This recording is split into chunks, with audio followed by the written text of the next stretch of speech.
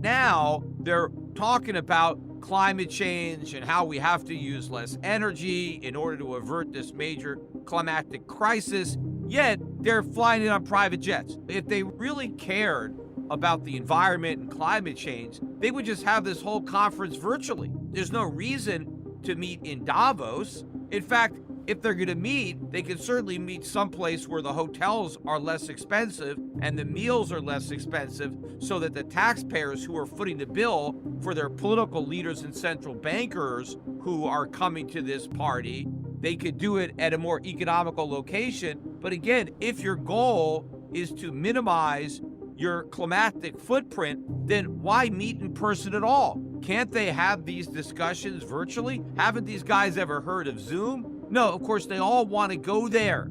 This is a fun party. And when you have so many people, again, who couldn't even afford to come to this party if they had an invitation, struggling, why are we forcing them to foot the bill for this party? Because all these governments that are spending money to send representatives to Davos, where are they getting that money?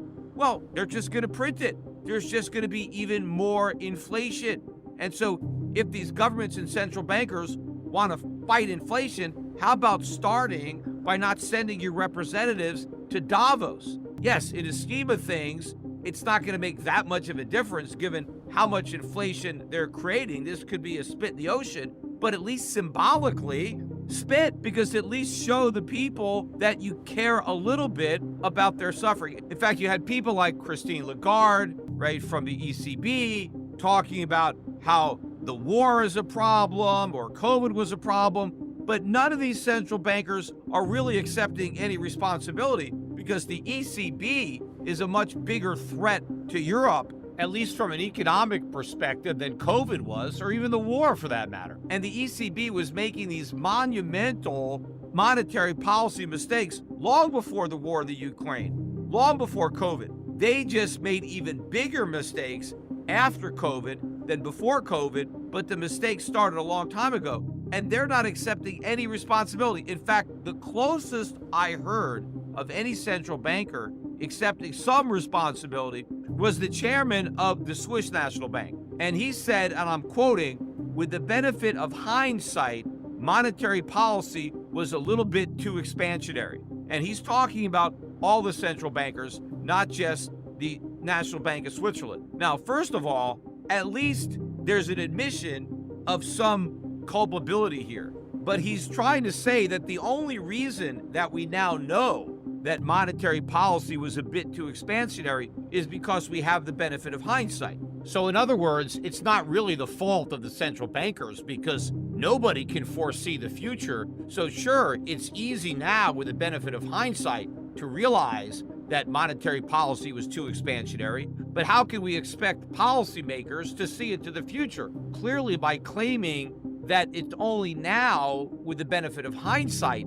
that we know that we made a mistake, he is in effect making excuses for those very mistakes. But of course, we didn't need the benefit of hindsight to know this. It was obvious in real time that monetary policy was too easy, too expansionary. So we didn't need the benefit of hindsight. That's BS. There were plenty of people, myself included, that were warning about how excessive policy was and what the implications were for the future. In fact, you shouldn't even need a warning. It should have been obvious to anybody who maybe didn't flunk a freshman course in economics, let alone somebody who actually graduated with a degree in economics, should have known that printing all this money, especially when fewer people were working, was going to send prices soaring. But then to say that with the benefit of hindsight, monetary policy was a little bit too expansionary, it wasn't a little bit, it was way too expansionary. That is probably one of the biggest understatements of the entire conference. But again, the entire forum was a complete waste of time and money. Instead of worrying about this distant threat of climate change that may or may not be real, what they should be worrying about is a more immediate threat that is real, and that is the debt.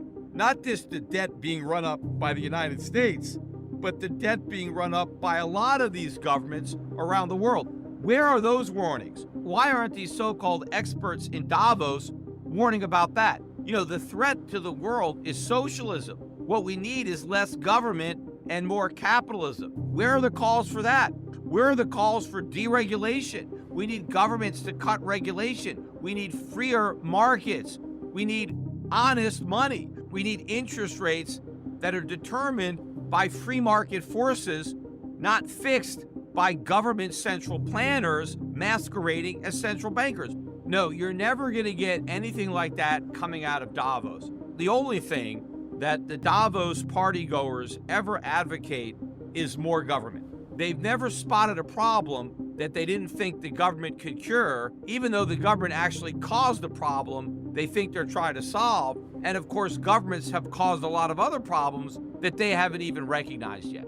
Now, while they weren't talking much about government debt at Davos, they've certainly been talking a lot about it here in the U.S., as we are now above the official debt ceiling, which I think is $31.4 trillion. As I'm recording this podcast on Friday afternoon, the national debt is above $31.5 trillion, and there is a lot of discussion about raising the debt ceiling again, and there's some Republican opposition to doing that. Of course, there was no opposition when the Republicans had the White House and both houses of Congress. Then they had no problem raising the debt ceiling. Now, all of a sudden, that you have the Democrats in the White House and the Democrats in the Senate, the congressional Republicans now want to get some spending cuts as the price to pay for increasing the debt ceiling. But the most significant point that is lost on everybody when we discuss raising the debt ceiling is that the ceiling isn't really the issue, because the ceiling is self-imposed. So we decide how much money we're going to borrow. But ultimately, it's the lenders that are going to be calling the shots. They decide how much they're willing to lend. And when we get to the point where lenders don't want to lend anymore, that's game over. Because we can't just raise the lending ceiling beyond where the lenders are willing to accommodate it. And in fact, if you listen to the comments made by Janet Yellen, Secretary of the Treasury, she admitted that if we do not raise the debt ceiling, we will default on Treasury debt. Now, this is tantamount to an admission that the U.S. government is running the world's largest Ponzi scheme. And it's not like this is the first time they've admitted it, so it shouldn't be a surprise to anybody. They have been admitting this for many administrations. And the reason it amounts to an admission that it's a Ponzi scheme is, what is a Ponzi scheme? What is it that makes something a Ponzi scheme? Well, it means that you pay out your old investors by getting new investors. So there isn't a return that is being generated. The only way you get money to pay the earlier investors is if you can take money from new investors. And the reason that Ponzi schemes always collapse is that you run out of new investors and then the whole thing falls apart. I just watched the Netflix documentary on Bernie Madoff.